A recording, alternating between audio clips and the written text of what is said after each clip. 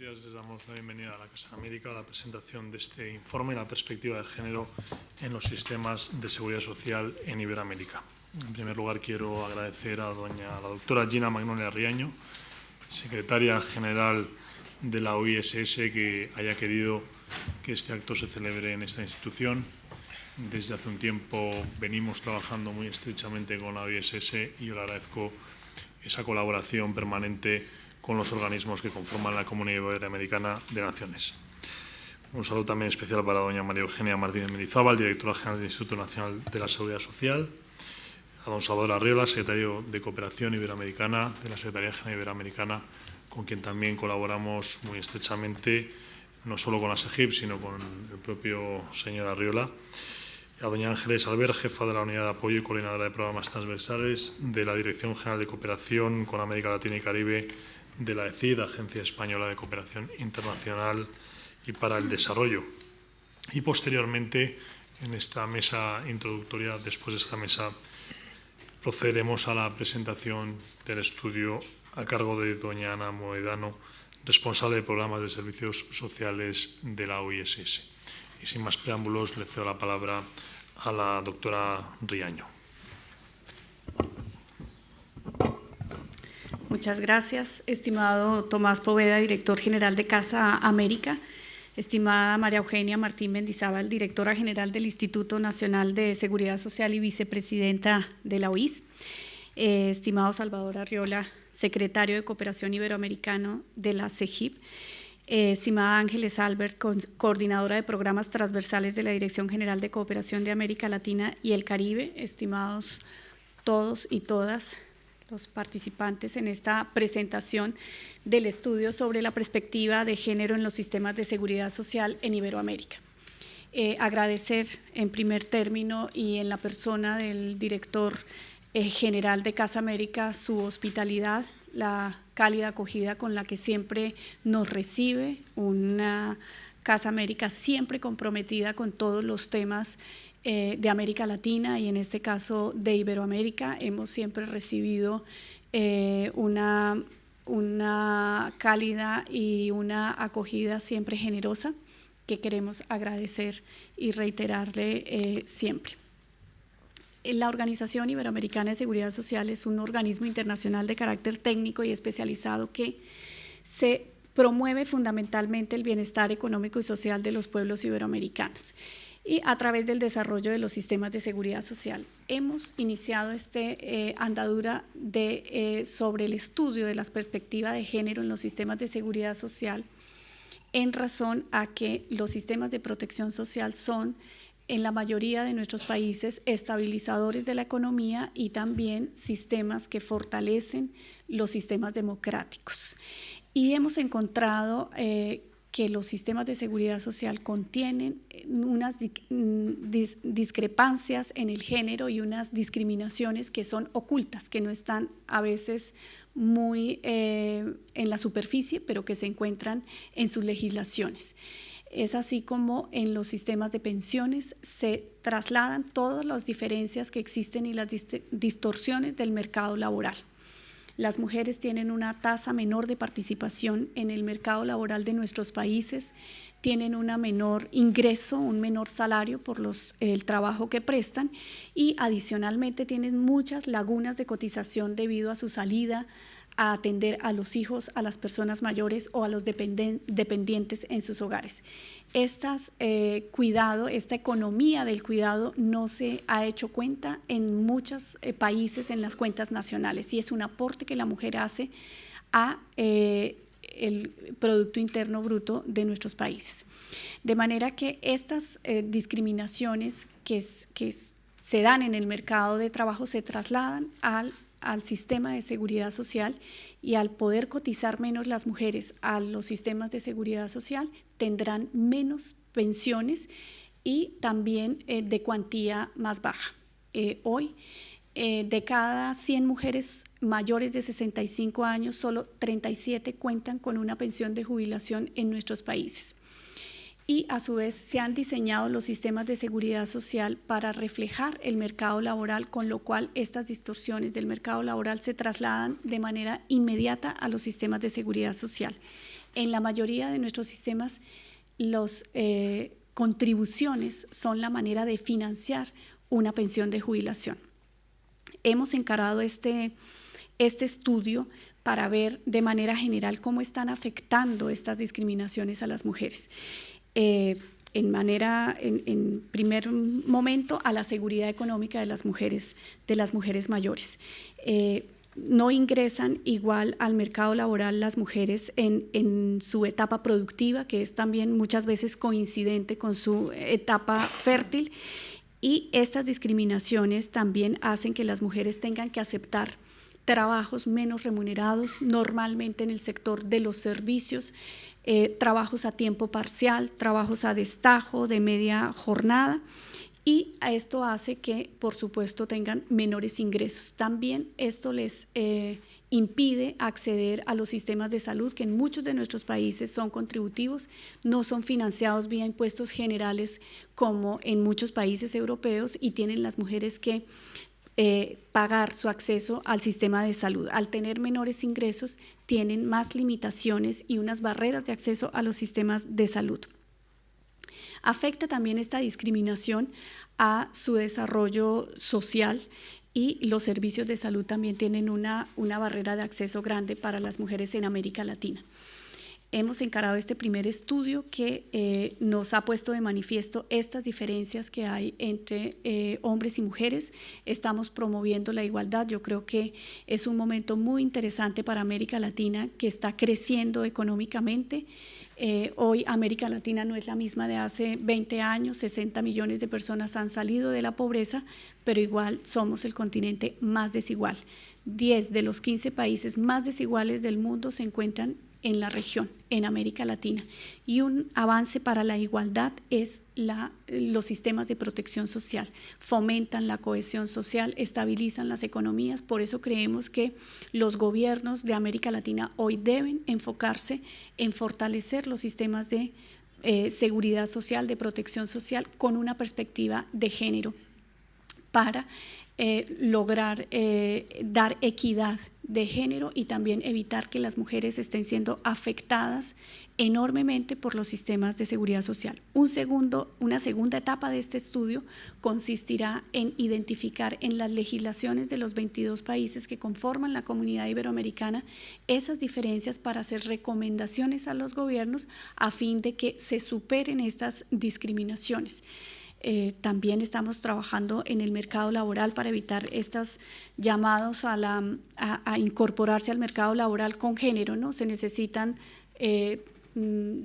torneros, hombre, y evitar que haya esa discriminación, porque la actividad laboral es para todos. Y además, si contamos con que ahora las mujeres están accediendo más a la educación, de hecho hoy son más las matriculadas en la educación superior, más mujeres que hombres en nuestra región, debemos por ello contar con unos sistemas de seguridad social que eviten todo tipo de discriminación. Está el estudio a disposición de todos ustedes. Queremos al final de la jornada abrir un coloquio también para poder intercambiar ideas, y de nuevo pues agradecer la presencia también de doña María Eugenia Martín, con quien nos une una estrecha relación de colaboración desde tanto en lo institucional como lo personal. Debo anotar aquí que estuvimos compitiendo las dos por la Secretaría General de la Organización Iberoamericana de Seguridad Social, y siempre hemos mantenido una relación de cordialidad y afecto muy grande, que quiero agradecer aquí de manera pública. María Eugenia, muchísimas gracias, y gracias a ustedes por su presencia. Muchas gracias, doctora Riaño. Tiene la palabra la señora directora general del Instituto Nacional de Seguridad Social. Don Tomás Poveda, doña Gina Magnolia Riaño, que también mi afecto y cariño especial. Fuimos rivales, ya se sabe quién ganó. Es verdad que por un voto, pero nunca nos ha distanciado desde el punto de vista, por supuesto, de la colaboración institucional, y quiero decir, además, como bien ha reflejado, personal. Don Salvador Arriola, doña Ángeles Albert, muy buenos días, señores y señores. Pero aparte de esa, yo diría casi amistad con Gina Magnolia Riaño, tengo que, lo primero, agradecerle también que nos haya dado la oportunidad al Instituto Nacional de la Seguridad Social de estar aquí en este acto. Y también felicitarle por este estudio y por este trabajo sobre la perspectiva de género en los sistemas de seguridad social en Iberoamérica, donde pues se va a poner de relieve, donde se pone de relieve que en el sistema de seguridad social y en concreto en el subsistema de pensiones, y yo me atrevería a decir más, en el sistema o subsistema de pensiones de jubilación, donde se plasma ese derecho de igualdad entre las personas, ¿no? Y como bien lo ha reflejado, porque lo ha expresado muy bien Gina, que todo ello es reflejo de la situación de la mujer en su entorno económico, social y cultural. Si hay diferencias en estos ámbitos, los va a haber diferencias en el campo de la seguridad social, que en definitiva es el que recoge, el que refleja toda la situación anterior. Una premisa previa es que en España el sistema de protección social, en concreto el de jubilación, hablando de pensiones contributivas, estas están siempre determinadas por dos factores. Uno, el tiempo por el que se cotiza o se aporta y la cuantía que se cotiza o se aporta. Por ello, si en el ámbito social y económico existen diferencias entre los ingresos de la mujer y los ingresos del hombre, o existen diferencias en el tiempo, pues lo que se va a reflejar en el sistema de pensiones igualmente esa diferencia. Y por lo tanto se trasladará a la cuantía de las pensiones, aunque nominalmente, aunque jurídicamente el sistema no contenga desde la perspectiva jurídica ninguna discriminación en el acceso ni ninguna diferencia en cuanto a la cuantía. En el caso español, como decía, desde la vertiente formal o jurídica y desde la implantación en 1967, no hay diferencias entre hombres y mujeres en cuanto al acceso a la pensión o en la cuantía o en el cálculo de estas pensiones. Ahora bien, la pregunta es, ¿eso quiere decir que no haya diferencias entre las pensiones que perciben las mujeres desde el punto de vista económico y las pensiones que perciben los hombres? Radicalmente hay que decir que no es así, en base a las razones que antes comentaba. No obstante, sí es verdad que se han ido disminuyendo, han ido minorando esas diferencias y en el presente no han desaparecido, pero sí son menores. Permítanme leer unos datos de España y, por ejemplo, en diciembre de 2014, de un total de algo 5,6 millones de pensiones de jubilación, el 63% correspondía a hombres y el 36,6% a mujeres. Si nos referimos en cuanto a la pensión media, a las cuantías de esta pensión media de la jubilación, en diciembre de 2014 la de los hombres es de 1.173 euros al mes y la de las mujeres de 720 euros al mes. Es decir, la pensión media de las mujeres no llega al 62% de la correspondiente a los hombres. No obstante, como les comentaba, estas diferencias se van minorando. ¿Y cómo se refleja? Pues se refleja en las cuantías ya de las nuevas pensiones de jubilación, de las nuevas altas de jubilación. Y así en estas nuevas altas se observa que la pensión media de los hombres es de 1.503 euros al mes y las de las mujeres de 1.096 euros al mes.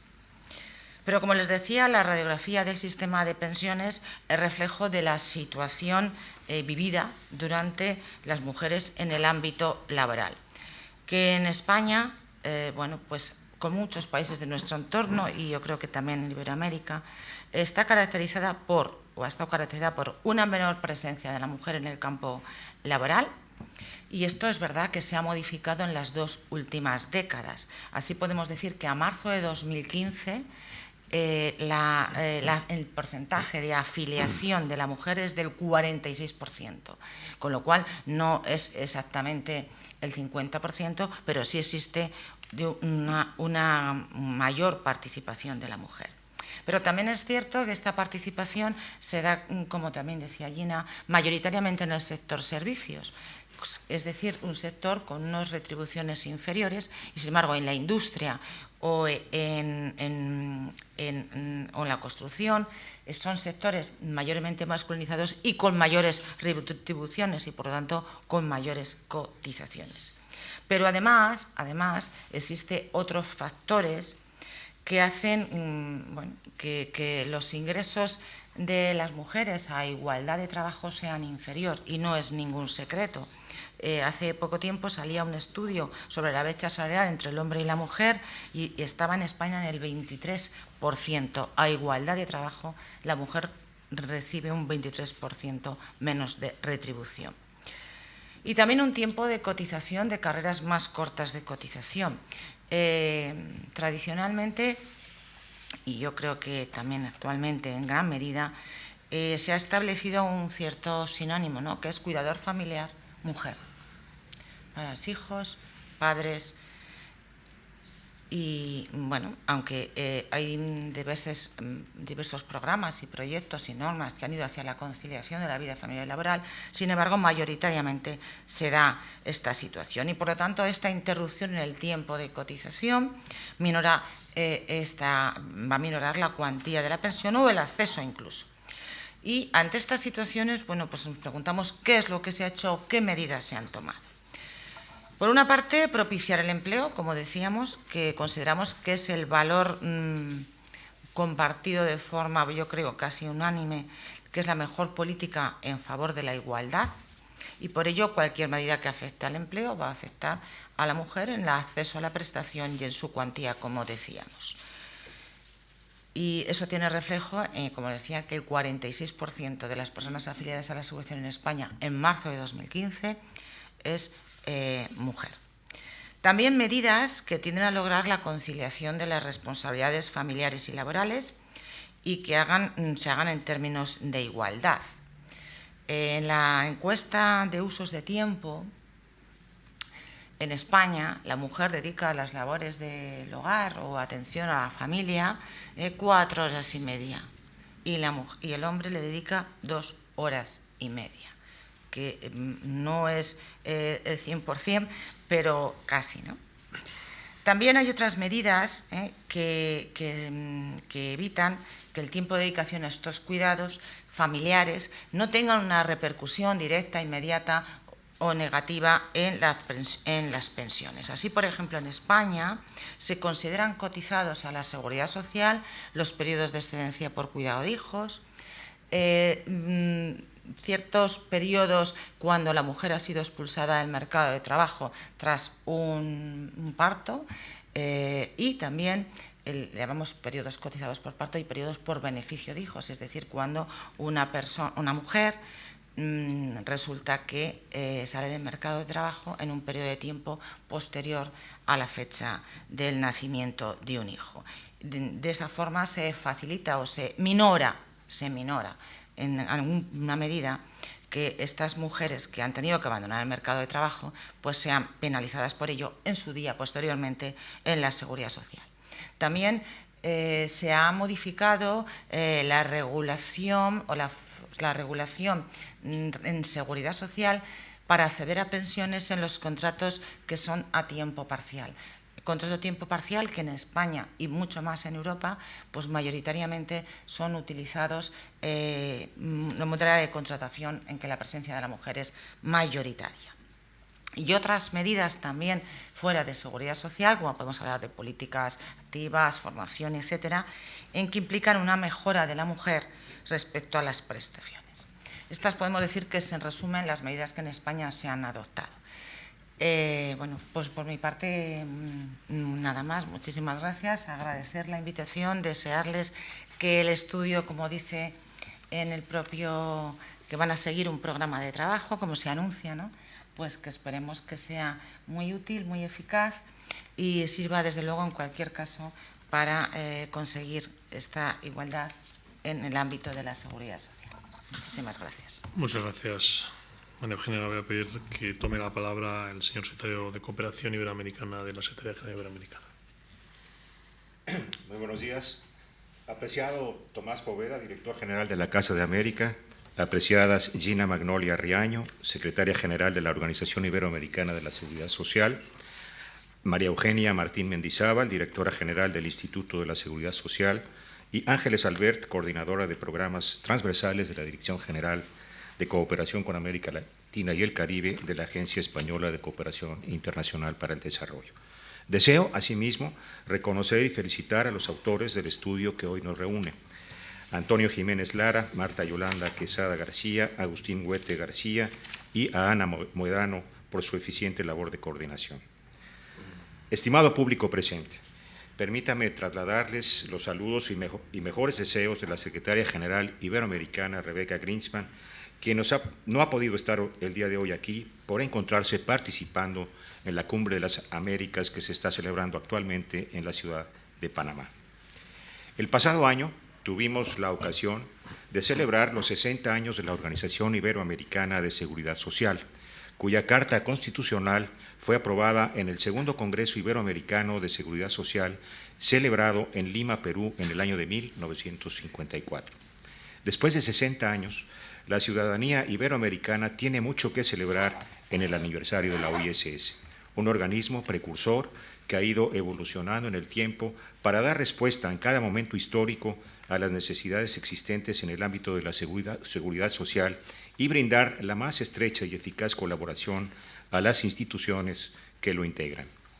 Asimismo, en el marco de la Conferencia Iberoamericana, la OISS ha tenido una presencia permanente y considero que, como organismo, ha realizado la principal contribución a la cooperación iberoamericana, a través de la puesta en vigor del Convenio Multilateral Iberoamericano de Seguridad Social, aprobado en la Cumbre de Santiago de Chile en el año de 2007, en la que los jefes y jefas de Estado y de Gobierno establecieron la necesidad de avanzar en el desarrollo progresivo de sistemas de protección social de cobertura universal, recurriendo a instrumentos contributivos, no contributivos y solidarios. El convenio no solo es un ejemplo para las propias tareas de la cooperación iberoamericana, sino también para la cooperación internacional.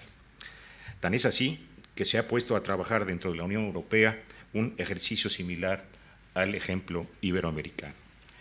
Por otro lado, desde la creación de la Secretaría General Iberoamericana, se ha desarrollado una extensa relación de trabajo entre nuestros organismos, centrada, aunque no de forma exclusiva, en una serie de temáticas, a saber, protección social, la implementación del convenio señalado, la situación de los adultos mayores en la región y la discapacidad.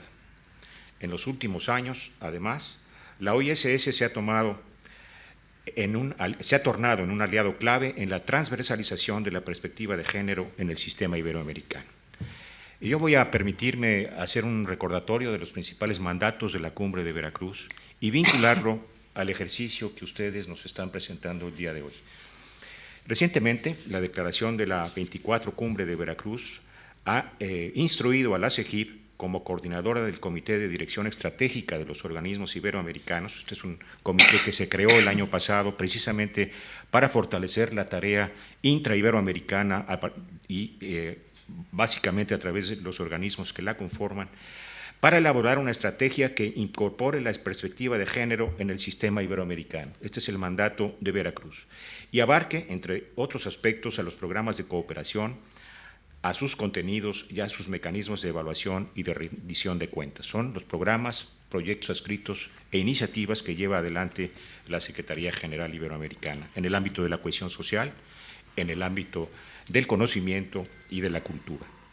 Adicionalmente a lo anterior, cabe destacar que la Cumbre de Veracruz decidió adoptar el documento Integración Estratégica de los Organismos Iberoamericanos, lo que acabo de mencionar, como eje que permita crear sinergias entre dichos organismos sectoriales del sistema iberoamericano, como son la Organización de Estados Iberoamericanos para la Educación, la Ciencia y la Cultura, la OEI, la Organización Iberoamericana de la Seguridad Social, OISS, la Organización Iberoamericana de la Juventud, la OIJ, y la Conferencia de Ministros de Justicia de los Países Iberoamericanos, la CONJIP, e igualmente también se señala así como mandato profundizar y coordinación su planificación y acción conjunta.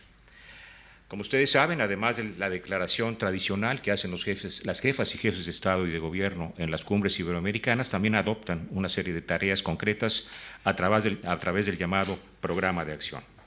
En el Programa de Acción de Veracruz se mandata a la SEGIP a que en coordinación con los citados organismos se incorpore la transversalización de la perspectiva de género en el sistema iberoamericano.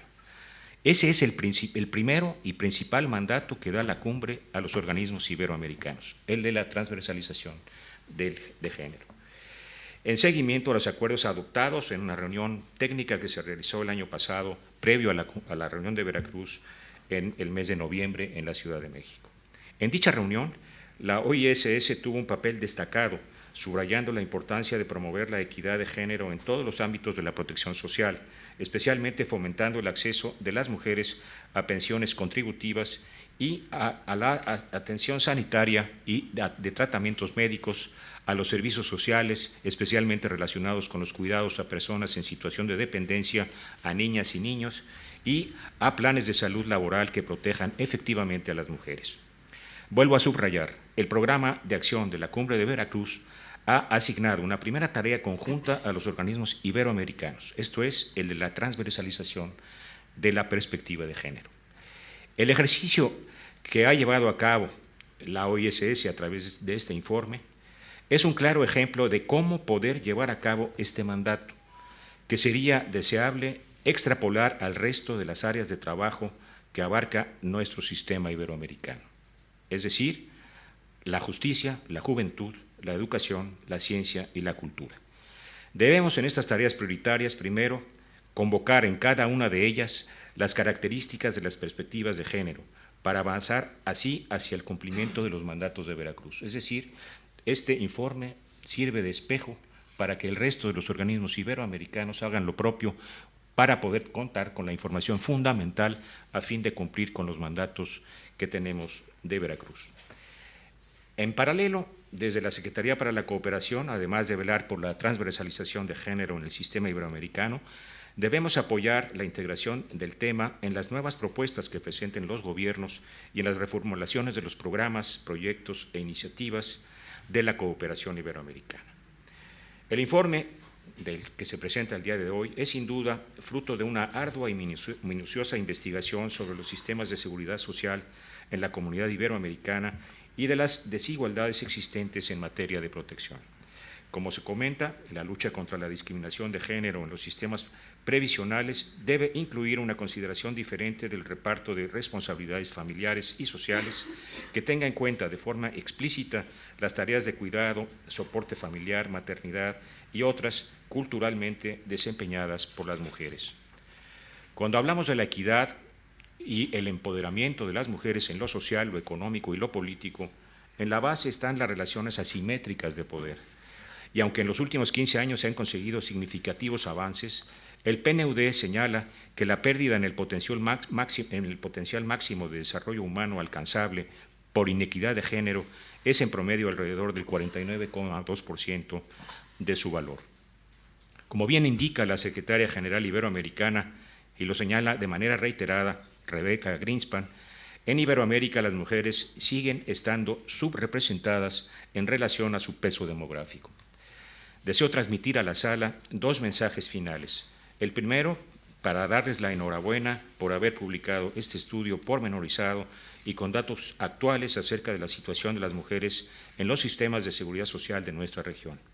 El segundo es el de la promesa de la SEGIP de continuar trabajando en favor de la transversalización de la perspectiva de género en el sistema iberoamericano y en pro de la igualdad real y efectiva entre hombres y mujeres en nuestra región.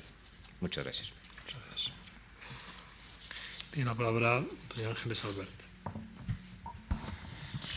Hola, buenos días, director, querida secretaria, directora general, queridísimo Salvador. Buenos días a todos, a todos.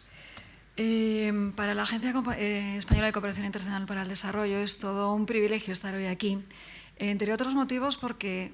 Vamos a ver. ¿Se oye? Fenomenal. Porque se unen dos de los objetivos o dos de las líneas de trabajo habituales, importantes y que forman parte quizás de la señal de identidad de nuestra cooperación. Género, el tema de género y evidentemente la colaboración en el ámbito de seguridad social con un organismo tan importante en el sistema de cooperación iberoamericana como es la Organización Iberoamericana de Seguridad Social, con el que estamos trabajando con la OISS desde el año 2007.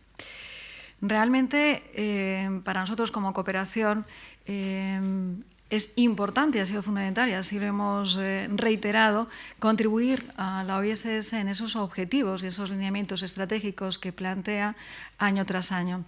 No es una cuestión determinante los fondos que uno aporta, pero sí que creo que, y permítanme que en este ámbito mencione que simplemente en estos últimos años hemos aportado más de 1,5 millones de euros en el ámbito de los proyectos que llevamos, porque es una decisión estratégica el contribuir al fortalecimiento de la organización.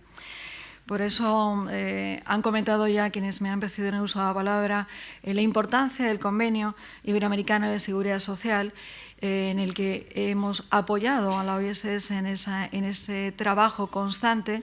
Y si realmente tuviéramos que hablar de resultados de desarrollo, esa palabra que tanto nos importa a los que trabajamos en cooperación y que nos parece fundamental cuando tenemos que dar cuenta además de cuál es el resultado, a dónde se dirigen nuestros fondos y en qué medida afectan y mejoran la calidad de la vida de las personas en los países que trabajamos, sin ninguna duda este convenio realmente es uno de esos resultados de desarrollo más gratificantes para la cooperación española.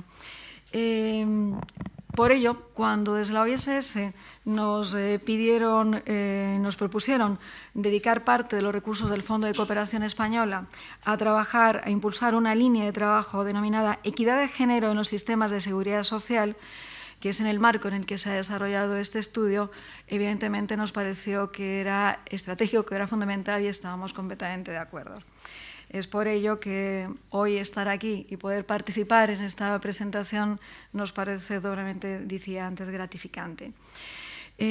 Sabemos, todos lo han dicho y todos sabemos, que intentar identificar las discriminaciones que sufren las mujeres no es un tema fácil porque realmente permea a la vida cotidiana y más allá de que tengamos legislaciones magníficas, teóricamente, algunas de ellas impolutas, cuando uno lleva a cabo, las aterriza o las ejecuta en políticas sociales, realmente a veces después ya se ve, como decía nuestra directora general, que no es exactamente que la realidad lo que hace el resultado es que la inequidad en el ámbito de género sigue permeando y sigue traduciéndose.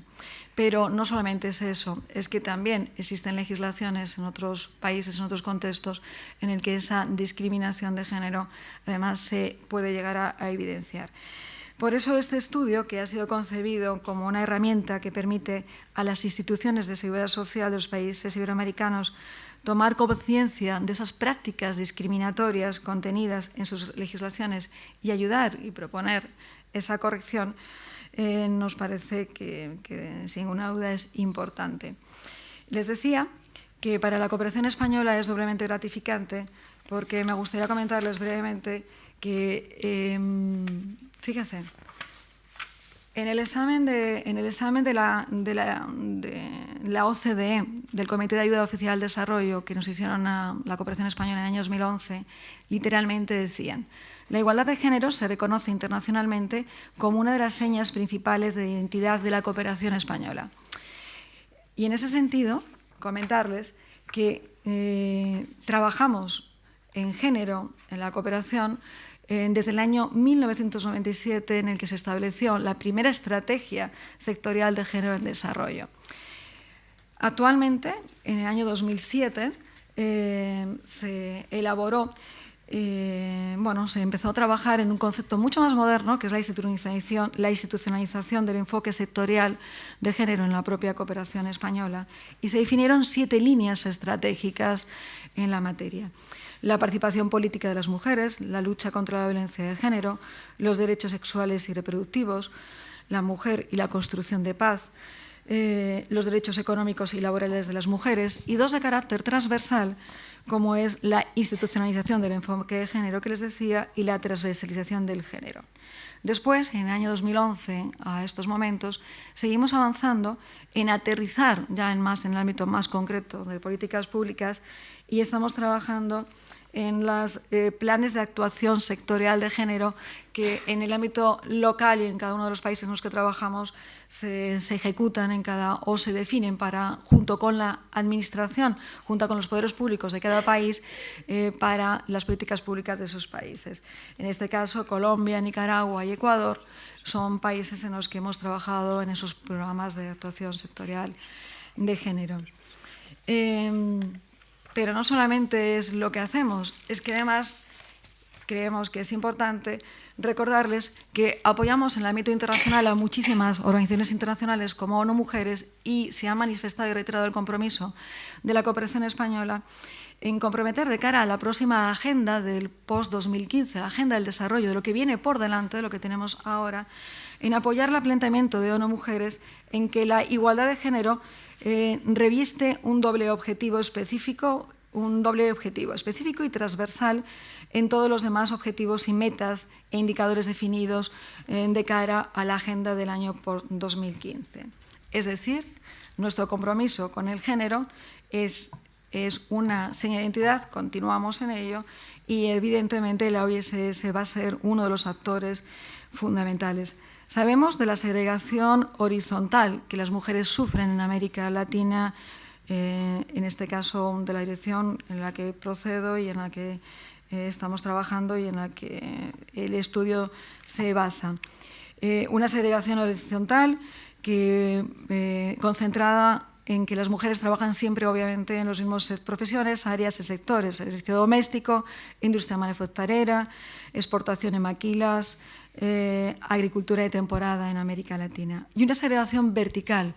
No es gratuito que el mayor porcentaje de mujeres se encuentra en los niveles de responsabilidad más bajos en el ámbito público y en el privado, también en América Latina. Evidentemente, cuestiones que han surgido ya como la feminización de la economía sumergida.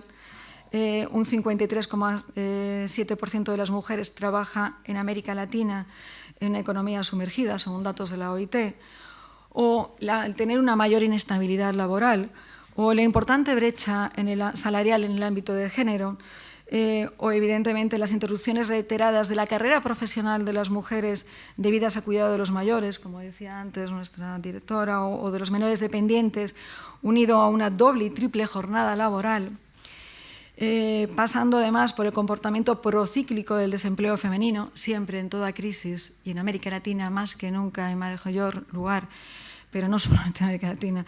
Los empleos, los contextos económicos más desfavorables, las primeras en perder sus empleos siempre siguen siendo las mujeres. En este panorama, estudios como este son sustantivos y son fundamentales. Muchas gracias, felicidades a los expertos que han estado trabajando, felicidades también a Ana por esta coordinación, secretaria general, felicidades, porque este estudio además nos va a permitir algo que nos permite, en lo que hemos tenido la oportunidad ya de ver, nos permite analizar de una forma sencilla, clara, ordenada, tener varios datos importantes, fundamentales sobre las cuestiones que afectan a la equidad de género en la seguridad social: el mercado laboral, el retiro y pensiones, la maternidad, la salud, los servicios sociales. Y asimismo nos ofrece los principales desafíos que tiene la región en este tema tan importante. Estudios como estos son fundamentales para la definición de políticas públicas en materia de cooperación en este ámbito en América Latina. Pero quizás lo más interesante, o un complemento bien interesante también en este sentido, es conocer las buenas prácticas, ¿no?, que se están dando en la región. Ejemplos de países que con sus reformas, con sus legislaciones y propuestas concretas nos ayudan a tener como referentes y ayudar desde estos ejemplos a avanzar de una forma concreta en América Latina. El apoyo de la cooperación española, más allá de favorecer esta línea y este estudio y los que están contemplados en ese marco, nos decía la secretaria general, también se ha materializado en apoyar en esos encuentros, en esos talleres, que nos parece que son sustantivos y fundamentales, porque después hay que llegar a los decisores públicos, a los técnicos encargados de los sistemas de seguridad social en América Latina, para ayudarles a formarse, a trasladar, a ser formadores de formadores, ¿no?, y ayudar a transmitir la importancia de modificar de cambiar la inercia y que no es nada fácil y que tiene que ser una acción complementaria de muchos actores en los que, de nuevo, reitero el compromiso de la cooperación española. Muchas felicidades y muchas gracias por realmente podernos ofrecer finalmente la materialización de este primer estudio. Muchas gracias. Antes de pasar a la presentación del estudio, le vuelvo a hacer la palabra a la doctora Magnolia Riaño. Muchas gracias, con su venia, señor presidente, y con el agradecimiento a todos por sus reconocimientos y palabras, especialmente a Ángeles de la Agencia Española de Cooperación para el Desarrollo, que la verdad ha sido decisiva para que nosotros podamos afrontar no solamente este estudio sobre equidad de género en los sistemas de seguridad social, sino también el de mayores, el de discapacidad, y por sus palabras de aliento. Yo creo que nosotros debemos seguir trabajando en este tema.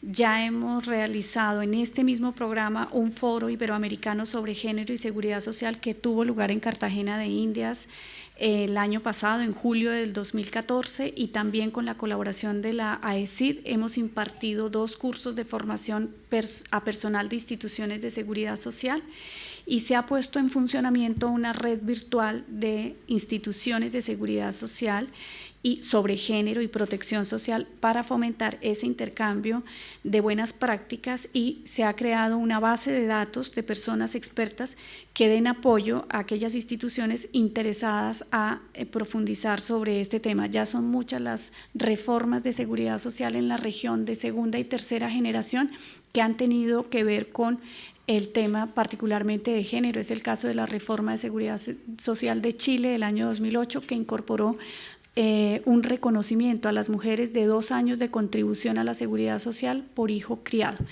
Y yo creo que de esta manera estamos colaborando también para que los países desarrollen estos temas en sus respectivos áreas de seguridad social. Bolivia ha incorporado también como la renta dignidad a las mujeres principalmente que no tienen ninguna otra renta, una pensión no contributiva con perspectiva de género, de manera que lo que nos resta a nosotros simplemente desde la organización y en nombre de todas las instituciones que forman parte de la organización, agradecer a la Agencia Española de Cooperación, al Gobierno de España, a la señora, en cabeza de la señora directora del INS, que también ha servido para nosotros como una experiencia positiva en el tema de recaudación. Siempre nos piden en los países de América Latina ver la experiencia española en temas puntuales de gestión de la seguridad social por la incorporación de las nuevas tecnologías, por la incorporación de los nuevos sistemas de información, de la recaudación y del reconocimiento oportuno de las prestaciones. Y agradecer también a la CEGIP porque nos da un apoyo muy grande en estos temas, y ahora con la decisión de incorporar la perspectiva de género en todos los programas iberoamericanos, pues vamos a intensificar nuestro trabajo. Muchísimas gracias. Pues muy buenos días a todas y a todos. Como ya les anunciaban, yo les voy a presentar ahora las grandes líneas de este estudio que podrán encontrar en versión impresa a la salida de esta sala y en versión electrónica en la página web de la Organización Iberoamericana de Seguridad Social. Este trabajo surge del mandato que tiene la OIS de extender y modernizar la protección social en Iberoamérica a través de programas específicos, programas que van dirigidos a colectivos que se entiende que se beneficiarían especialmente de una mayor protección social, es decir, personas adultas mayores, personas con discapacidad y, más recientemente, mujeres. Pero ¿por qué las mujeres se beneficiarían especialmente de esta mayor protección social en la región? En primer lugar, si tenemos en cuenta los datos de población, el número de mujeres es ligeramente superior en Iberoamérica al número de hombres. Esto es igual en todas las regiones, son los datos demográficos normales. Además, no podemos negar la situación actual del género en la región, y es una situación que está mejorando poco a poco.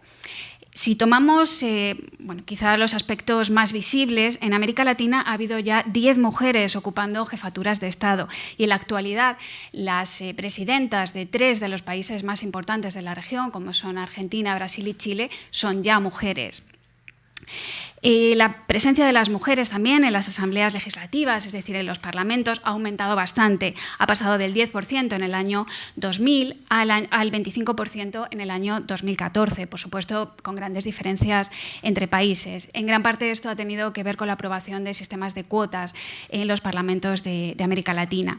El 10% de las alcaldías están ocupadas actualmente por mujeres. El número de ministras también ha crecido, pero ha variado bastante en los últimos tiempos. Lo situamos en torno al 18% en la actualidad. El número de magistradas de los más altos tribunales de los países iberoamericanos también ha aumentado mucho, ha llegado hasta el 22,6% en el año 2013. También la normativa de los países iberoamericanos ha avanzado, se ha reconocido formalmente la igualdad entre mujeres y hombres y se han creado masivamente mecanismos para el adelanto de las mujeres, es decir, instituciones responsables de las políticas de género en los países iberoamericanos. Y en muchos de ellos, casi en la mitad, tienen rango de ministerio. También ha mejorado notablemente la incorporación de las mujeres al mercado laboral. Nada menos que 22,8 millones de mujeres en América Latina se incorporaron al trabajo remunerado en 10 años, lo que ha elevado la tasa de participación al 53,1% para el conjunto de Iberoamérica.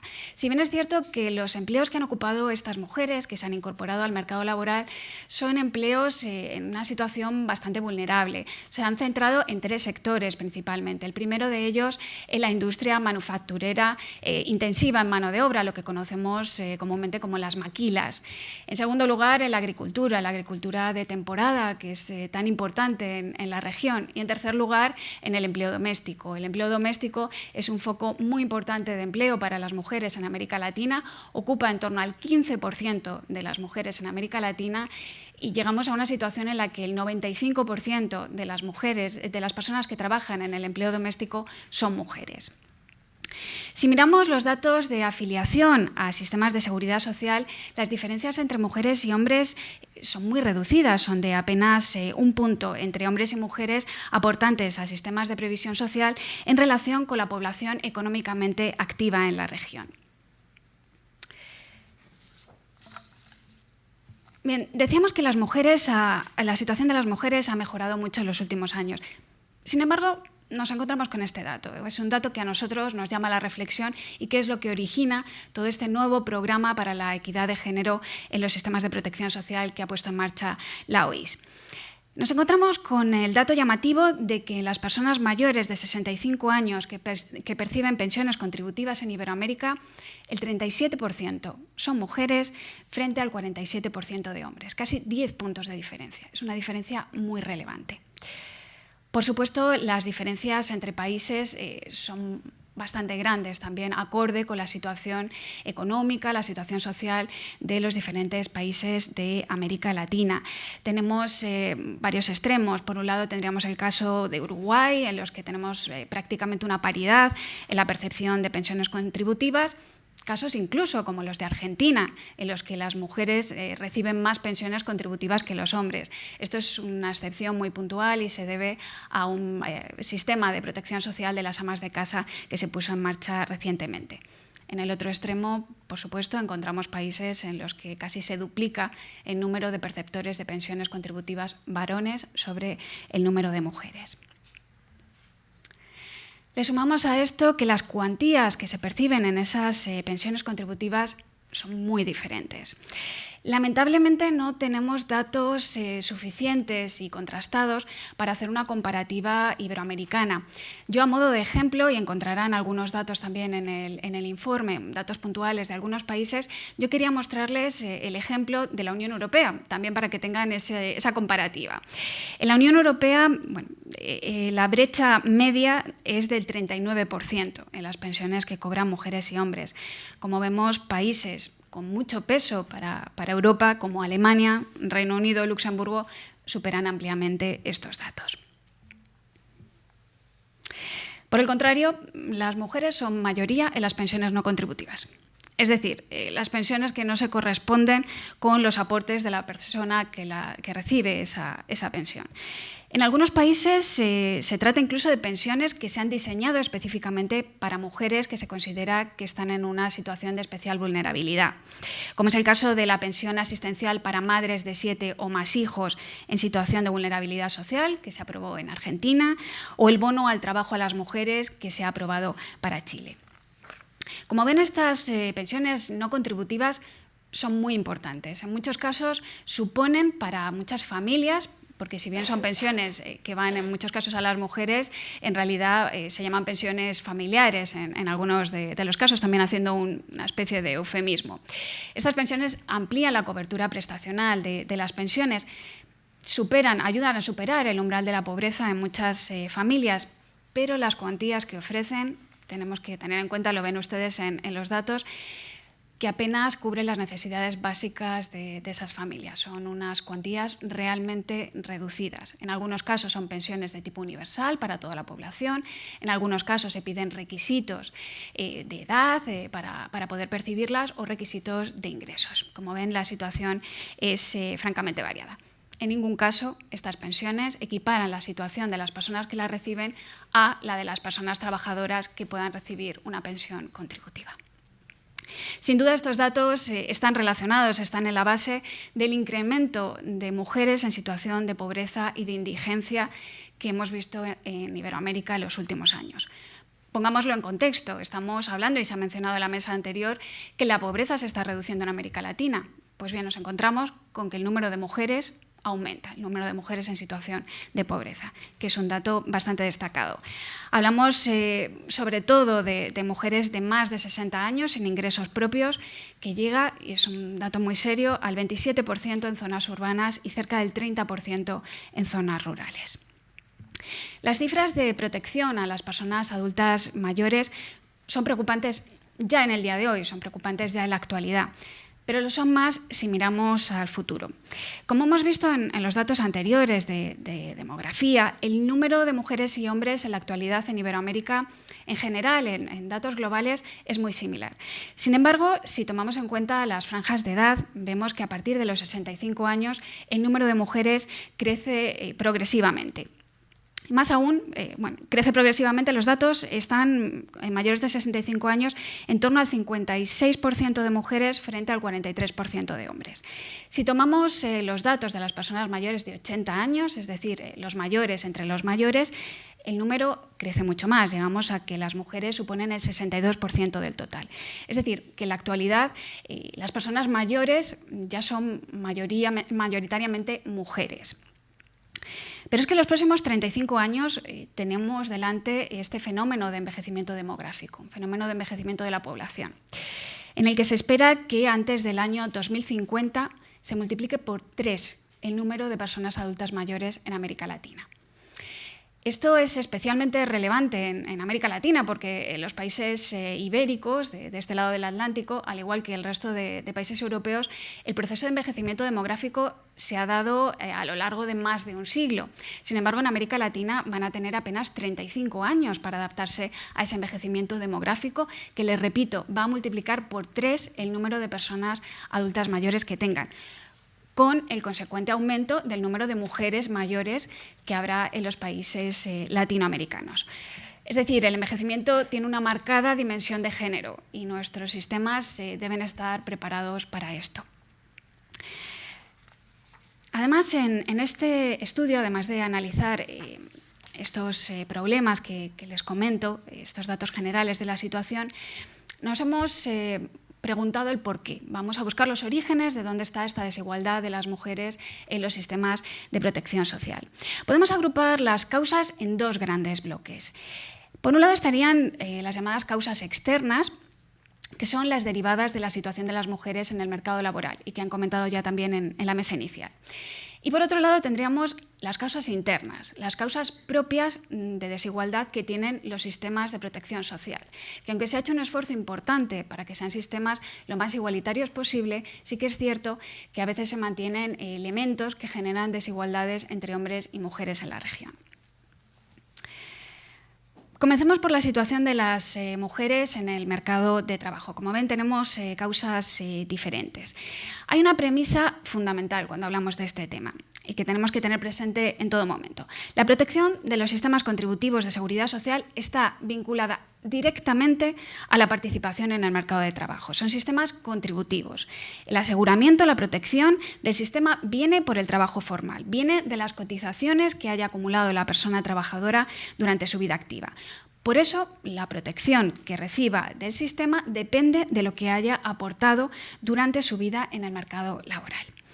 Y no me estoy refiriendo solamente a las pensiones y a las demás prestaciones económicas. Como saben, en muchos de los países, los sistemas de salud y los sistemas de servicios sociales forman parte también de los servicios que prestan las instituciones de seguridad social. Con lo cual, una persona que no esté en estos sistemas de protección social no tendría acceso a asistencia sanitaria ni tendría acceso a servicios sociales, con lo cual la situación se agrava enormemente. Por lo demás, nos encontramos precisamente con que este mercado de trabajo es uno de los ámbitos de la sociedad donde más dificultades encontramos las mujeres. Estos obstáculos están determinados principalmente por los roles de género tradicionales, que lamentablemente siguen asentados en la sociedad, con grandes diferencias entre países, por supuesto. Hay países en los que la igualdad ha calado más en la sociedad y hay países en los que lamentablemente esto va aún en un proceso lento. Estos roles determinan, lo saben ustedes, que las mujeres son las principales proveedoras de cuidados en el entorno familiar, tanto de menores, tanto de hijos e hijas, como de mayores en situación de dependencia, y que su actividad en el mercado laboral es secundaria. Ellas tienen como misión principal el trabajo doméstico y, en segundo lugar, el trabajo fuera de casa. Las consecuencias de esta convención social, que está lamentablemente, como les digo, tan extendida en la región, son múltiples. En primer lugar, hay menos mujeres que puedan o quieran participar en el mercado de trabajo, sobre todo por las dificultades que tiene compaginar ambos mundos, compaginar el trabajo remunerado con el trabajo doméstico. Así tenemos que la diferencia en las tasas de participación de actividad entre hombres y mujeres entre 15 y 65 años estarían unos 25 puntos porcentuales. Y si bien esta brecha se ha reducido mucho en los últimos años, se calcula que para 2020 esta diferencia aún seguirá superando los 20 puntos. En segundo lugar, la tasa de desempleo femenino supera a la tasa de desempleo masculino en la mayoría de los países de la región, con la única excepción de El Salvador, aunque los datos también varían muchísimo entre países. Conviene también señalar que la brecha de desempleo entre hombres y mujeres es especialmente amplia cuando hablamos de las personas jóvenes, donde la brecha de género es 3 veces mayor que en el desempleo general. Estaríamos hablando en torno al 20% en mujeres y 14,3% en hombres. La combinación de las bajas tasas de participación en la actividad y el mayor desempleo nos lleva, en tercer lugar, a una menor tasa global de empleo. Así, en la comunidad iberoamericana, la tasa global de empleo femenino no llega a la mitad, no llega al 50%, mientras que los hombres alcanza el 75%. En cuarto lugar, la participación femenina en los empleos a tiempo parcial. Aquí las estadísticas nos señalan que, como promedio, en la región iberoamericana, el empleo parcial como porcentaje del empleo total para las mujeres es de 27,9%, mientras que en los varones es de apenas el 11%. La participación femenina en el empleo parcial supone en torno al 63% del total. Y es importante señalar que se ha relacionado este empleo a tiempo parcial con una mayor precariedad del empleo. El empleo a tiempo parcial, obviamente, supone menores salarios, mayores limitaciones para la promoción profesional y más dificultades para el acceso a pensiones. En su mayoría, la elección del empleo a tiempo parcial parece que no es una elección personal de las personas trabajadoras, sino que viene determinada por las circunstancias. En el caso de las mujeres, se debe especialmente a las dificultades de encontrar un empleo a tiempo completo que además les permita compaginarlo con las tareas domésticas y de cuidado. En cuanto al número de trabajadoras autónomas que tienen asalariados o asalariadas a su cargo, es decir, el número de mujeres empleadoras, el número es apenas la mitad que el de hombres empleadores. Por último, observamos un mayor número de trabajadoras familiares no asalariadas, otro foco importante de desigualdad. En cuanto a las diferencias, que también se ha comentado anteriormente, de salarios entre hombres y mujeres, según las estadísticas, el salario medio de las mujeres en Iberoamérica está en torno al 13% menos, por supuesto, con grandes diferencias entre países. Tenemos también el tema de la segregación vertical y horizontal del mercado laboral. La segregación vertical, es decir, la tendencia a que haya más mujeres en los niveles inferiores de mando de cualquier empresa o institución pública. Segregación horizontal, la concentración de mujeres en aquellos sectores que tradicionalmente se han considerado como femeninos, los sectores de la educación, de los cuidados, de la limpieza, etcétera. Además, hay que recordar que esta brecha salarial que les comentaba antes aumenta especialmente en los años de procreación y de cuidado de hijos, de manera que podemos considerar que hay una cierta penalización del mercado laboral hacia la maternidad, mientras que el aumento de la natalidad sería muy necesario para la sostenibilidad de las pensiones en el futuro. En términos generales, podríamos concluir que estos problemas, estos obstáculos a los que se enfrentan las mujeres en el mercado laboral, que son, como hemos visto, que se incorporan en menor medida al mercado laboral, que ocupan puestos de menor cualificación y remuneración, que tienen carreras laborales mucho más discontinuas, debido en gran parte a las tareas de cuidado. Todo ello repercute luego en las pensiones que reciben y en su acceso tanto a sistemas de salud como de servicios sociales. Pasemos ya al segundo foco de los problemas, que, como les comentaba, son los elementos propios, los elementos internos de los sistemas de protección social que lamentablemente siguen existiendo en algunos casos. En primer lugar, aunque las desigualdades de género existen tanto en los sistemas de reparto como en los sistemas de capitalización individual, los sistemas de reparto es cierto que suelen resultar más ventajosos para las mujeres, ya que conceden una pensión mínima con menos años de cotizaciones y también porque basan la fórmula de cálculo de la pensión en los últimos años de la vida laboral. De alguna manera, esto afecta mucho a las mujeres, porque si basamos los años durante toda la vida activa de la mujer, durante toda su participación en el mercado de trabajo, las lagunas que haya tenido en el empleo se tienen en cuenta también a la hora del cálculo de la pensión. También porque usan tablas de mortalidad únicas para hombres y mujeres. Los sistemas de reparto también permiten la solidaridad entre las personas aseguradas, beneficiando a las personas más vulnerables, que suelen ser, por desgracia, las mujeres. El uso de tablas de mortalidad diferenciadas para hombres y mujeres, que les comentaba. Al considerarse la mayor longevidad, la mayor esperanza de vida que tenemos las mujeres, a la hora de calcular las pensiones, la cuantía de las pensiones es más pequeña. Las mujeres cobran menos mes a mes que sus compañeros hombres, aunque hayan cotizado exactamente lo mismo durante su carrera profesional. Esto es importante. Este problema ya es conocido por las instituciones de seguridad social y en la práctica, ya en el día de hoy, está siendo sustituida por tablas únicas, por tablas unisex en algunos países como Argentina y Bolivia. También en la Unión Europea, que como saben tenía una excepción a esta cuestión, que fue para el tema de los seguros, que fue suprimida por el Tribunal de Justicia de la Unión Europea en el año 2011. Otro problema son las diferentes edades de jubilación para hombres y mujeres. Este es un tema controvertido. En algunos casos se considera que el que haya una menor edad de jubilación para las mujeres es un beneficio para ellas, es una acción positiva de cara a las mujeres en compensación por la maternidad, por las lagunas que haya tenido en el empleo, etc. Esto puede ser un arma de doble filo, ya que en realidad beneficiaría especialmente a las mujeres que hayan tenido una trayectoria profesional larga y continuada, es decir, una trayectoria profesional más similar a la que hayan podido tener los hombres. Para el resto de mujeres, esta diferencia sería una desventaja, ya que si se jubilan antes tendrán incluso menos años de cotización y tendrán menos posibilidades de acceder a las pensiones.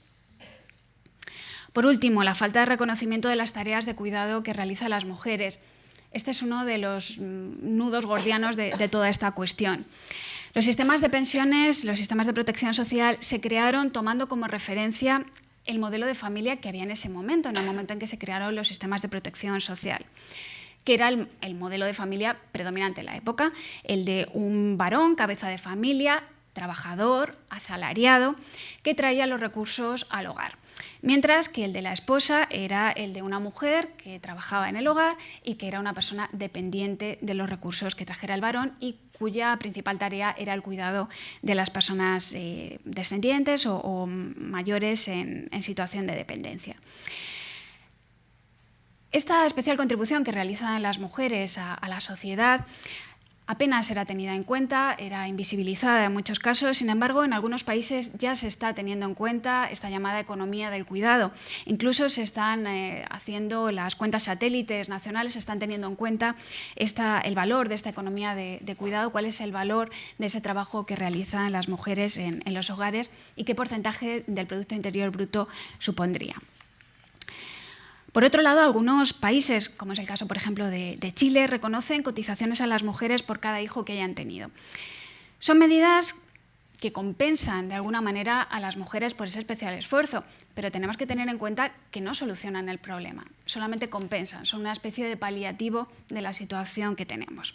En ningún caso esas compensaciones se pueden comparar con la situación que tendría esa mujer si hubiera estado trabajando durante esos años que ha dedicado al cuidado de mayores o personas en situación de dependencia. Estos son los orígenes del problema. Por un lado, la situación de las mujeres en el mercado laboral, fundamentalmente centrada en el problema de la corresponsabilidad de los cuidados, que siguen recayendo lamentablemente sobre las mujeres, y por otro, los elementos propios internos de los sistemas de seguridad social que no contribuyen a esa igualdad. También tenemos que tener en cuenta los problemas que esto supone en los ámbitos de salud y de servicios sociales.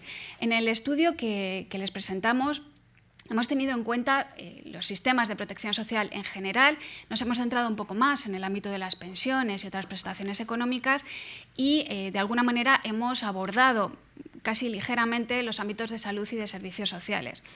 Daría para hacer probablemente un estudio de cada uno de ellos. El impacto que puede tener incluir la perspectiva de género en la atención sanitaria, por ejemplo. Tener en cuenta cómo se tiene en consideración las especiales necesidades de las mujeres en la atención sanitaria, qué impacto tiene en la salud de las mujeres las dobles y triples jornadas laborales, la violencia de género, los abusos, incluso en la salud mental de las mujeres las situaciones reiteradas de discriminación, la perspectiva de género y la investigación médica, que es un tema también importante que tenemos que tener en cuenta. Perdón.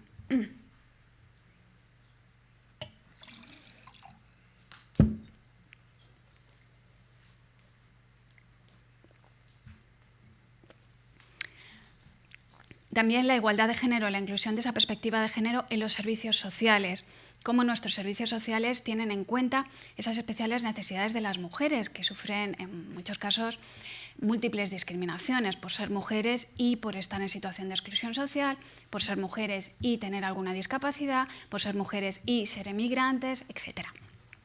Como les digo, esto daría para estudios independientes en cada uno de estos ámbitos y nosotros hemos hecho una visión quizá más general.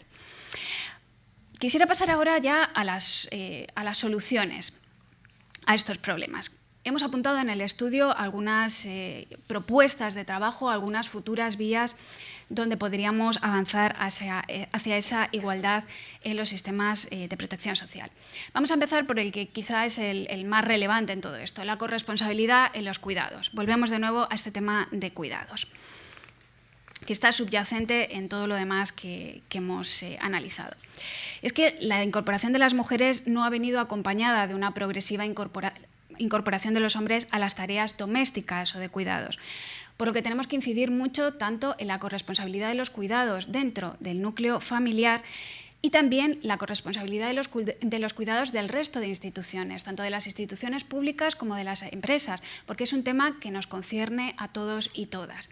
Hasta ahora hemos sido muy enfocados probablemente a conciliar la vida laboral y familiar. Pero esto ha tenido en algunos casos resultados perversos, y es que las medidas de conciliación han sido principalmente usadas, principalmente demandadas por mujeres, de manera que se consideraban una medida para que las mujeres pudieran seguir manteniendo esa responsabilidad principal sobre las tareas del hogar y compaginarla con sus tareas fuera del hogar, mientras que no han tenido la misma demanda, la misma respuesta por parte de los hombres que han podido acogerse a ellas. Además, hablamos de la corresponsabilidad de las instituciones públicas en el tema de los cuidados. Tenemos que tener en cuenta que es necesario el desarrollo de sistemas públicos de cuidados tanto para menores de 0 a 3 años, básicamente, cuidados para edades preescolares que permitan tanto a padres como a madres incorporarse al mercado laboral en condiciones de igualdad. Por otro lado, la atención a la dependencia, absolutamente esencial, el que los servicios públicos también asuman su responsabilidad en el cuidado a las personas que necesitan ayuda para las tareas básicas de la vida diaria. Esto es importante ahora, pero como les decía, si miramos al futuro, es absolutamente esencial. El sistema actual no se puede mantener. No se puede mantener por una cuestión básica de números. Si miran ustedes el incremento del número de personas mayores que va a haber en los próximos 30 a 35 años y el número de personas en situación de dependencia que habrá en ese mismo periodo, no es posible que el número de mujeres, teniendo en cuenta la bajada de la natalidad, asuma los cuidados de todos esos adultos mayores. No es posible físicamente. También háganse una idea de los costes que puede suponer esto. Costes también de capital humano. Son mujeres que, como hemos visto, están cada vez más formadas y que tendrían que abandonar el mercado de trabajo para regresar a sus hogares y cuidar de esa cantidad de personas adultas mayores en situación de dependencia que previsiblemente habrá en el futuro. Sobre esto tiene trabajos excelentes la profesora María Ángeles Durán sobre la economía del cuidado y demás, que les recomiendo que ojeen si el tema les interesa. Además, pues como saben, todo este tema de la economía de cuidados es esencial de cara a la planificación de las políticas de envejecimiento en el futuro. Igualmente, esto debe considerarse una parte esencial de la responsabilidad social de las empresas, ya que las empresas también se benefician de la igualdad de género, tanto en la vida laboral como en la vida personal de sus trabajadores y trabajadoras. También tenemos que considerar la protección de la maternidad y de la paternidad. Tenemos que garantizar las licencias, tanto por maternidad como por paternidad. Tienen en el estudio los permisos por paternidad y maternidad que hay en todos los países de Iberoamérica. Como ven, muchos de ellos ni siquiera alcanzan ese mínimo de 14 semanas que recomienda la Organización Internacional del Trabajo de permiso por maternidad, y en muchos casos el permiso de paternidad ni siquiera existe. Un segundo grupo de propuestas iría relacionado con el papel de las mujeres en el mercado laboral. Tendríamos, en primer lugar, políticas fiscales que podrían ser muy útiles para incrementar la participación de las mujeres en el mercado laboral, como, por ejemplo, aplicar impuestos, reducir la presión fiscal sobre los ingresos secundarios, aplicando impuestos sobre el ingreso individual en lugar de sobre el ingreso familiar. Otorgar créditos fiscales u otros beneficios tributarios sobre los salarios más bajos. ¿Por qué sobre los salarios más bajos? Porque, según los datos que hemos encontrado en la elaboración de este estudio, son las personas con unos niveles menores de renta las que se afilian menos a sistemas de seguridad social. Esto es lógico. Cuando una persona no llega a fin de mes, su capacidad de ahorro es realmente limitada. Y al final los sistemas de previsión social son sistemas de ahorro de cara al futuro. Y, por supuesto, no están entre las prioridades de personas que tienen unos recursos tan limitados. También algunas de las prestaciones familiares pueden ser de gran utilidad, como les decía, el permiso de paternidad retribuido, que tienda progresivamente a equipararse con los permisos de maternidad. También medidas legales, como la creación de una mayor conciencia del derecho legal a recibir un tratamiento igualitario en el mercado de trabajo, o la posibilidad de que los órganos nacionales que se encargan de esa protección de la igualdad puedan actuar de oficio, a instancia propia. También la inversión de la carga de la prueba en las denuncias por discriminación y aquellas encaminadas a ofrecer mecanismos alternativos para la resolución de conflictos a través de la mediación, como pueden ser el arbitraje y los procedimientos de conciliación. También otras modalidades de trabajo que permitan, por ejemplo, una transición rápida y fluida entre el trabajo a tiempo parcial con el trabajo a tiempo completo. así como el establecimiento de un salario mínimo para todas las personas trabajadoras y medidas que garanticen que hombres y mujeres reciben la misma remuneración por el mismo trabajo. También son esenciales los planes de igualdad, tanto en las empresas como en las instituciones públicas, para hacer realmente efectivo este principio de no discriminación entre mujeres y hombres y también, sobre todo, para luchar contra el acoso en el medio laboral. La diversificación profesional de las mujeres, por supuesto, y la promoción activa de las mujeres en los sectores en los que están infrarrepresentadas, que puede lograrse principalmente a través de una mejor formación laboral y capacitación profesional de las mujeres para trabajar en estos sectores. En tercer lugar, encontraríamos las medidas para incrementar la cobertura de los sistemas de protección social. Y es que las estrategias para incrementar la cobertura tienen un impacto muy positivo en la equidad de género. Las mujeres, como les decía, son las más afectadas por las lagunas de cobertura que estamos pretendiendo combatir. En este ámbito encontramos dos tipos de estrategia. Las estrategias previas, las estrategias cuando están en el mercado laboral, en su vida activa, y las estrategias a posteriori, las estrategias ex post. Las estrategias ex ante buscan incrementar el número de personas ocupadas que están cotizando, que participan en los sistemas de protección social, mientras que las estrategias a posteriori lo que pretenden es otorgar una cobertura prestacional a aquellas personas que no hayan generado beneficios suficientes como para acceder al sistema. Les comento brevemente las estrategias ex ante. La incorporación paulatina de colectivos de personas trabajadoras no asalariadas que tradicionalmente estaban fuera de los sistemas de protección social, de manera que tendamos hacia el objetivo de que coticen todas las personas trabajadoras, asalariadas o no y sin importar su categoría profesional. En este sentido, es importante que reconozcamos las peculiaridades de las personas trabajadoras no asalariadas y, en función de ello, que podamos introducir innovaciones en las maneras de contribuir y de otorgar flexibilidad que puedan garantizarnos esa transición plena hacia los sistemas de seguridad social. Es decir, que seamos innovadores en las medidas que estamos diseñando. En cuanto a los subsidios al ahorro previsional en el mercado de trabajo, el Estado podría incentivar más esa cotización mediante subsidios a los aportes obligatorios de las personas trabajadoras, favoreciendo la incorporación de trabajadores de ingresos bajos o medios. Otras posibles medidas podrían ser una mayor fiscalización del mercado de trabajo para luchar contra la economía sumergida y también que las personas, la ciudadanía, tenga más información acerca de los beneficios de sus contribuciones a los sistemas previsionales. Tenemos que generar confianza en las instituciones de seguridad social. Como saben, en América Latina, sobre todo, ha habido bastantes cambios en los sistemas de protección social, lo cual en algunos casos ha generado una cierta desconfianza en la ciudadanía acerca de los posibles beneficios que iban a obtener de sus cotizaciones. Tenemos que insistir en esa confianza en las instituciones de seguridad social. También las cotizaciones compartidas, que buscarían incrementar el ahorro aumentando la rentabilidad financiera de ese ahorro previsional, que consistiría en una reducción de la cuantía de los aportes para acceder a un subsidio o también proporcionando mayores pensiones por la misma cantidad de cotizaciones. En cuanto a las estrategias ex post, es decir, después de esa vida laboral para incrementar la cobertura, se necesitaría avanzar hasta el establecimiento de un nivel mínimo de protección individual.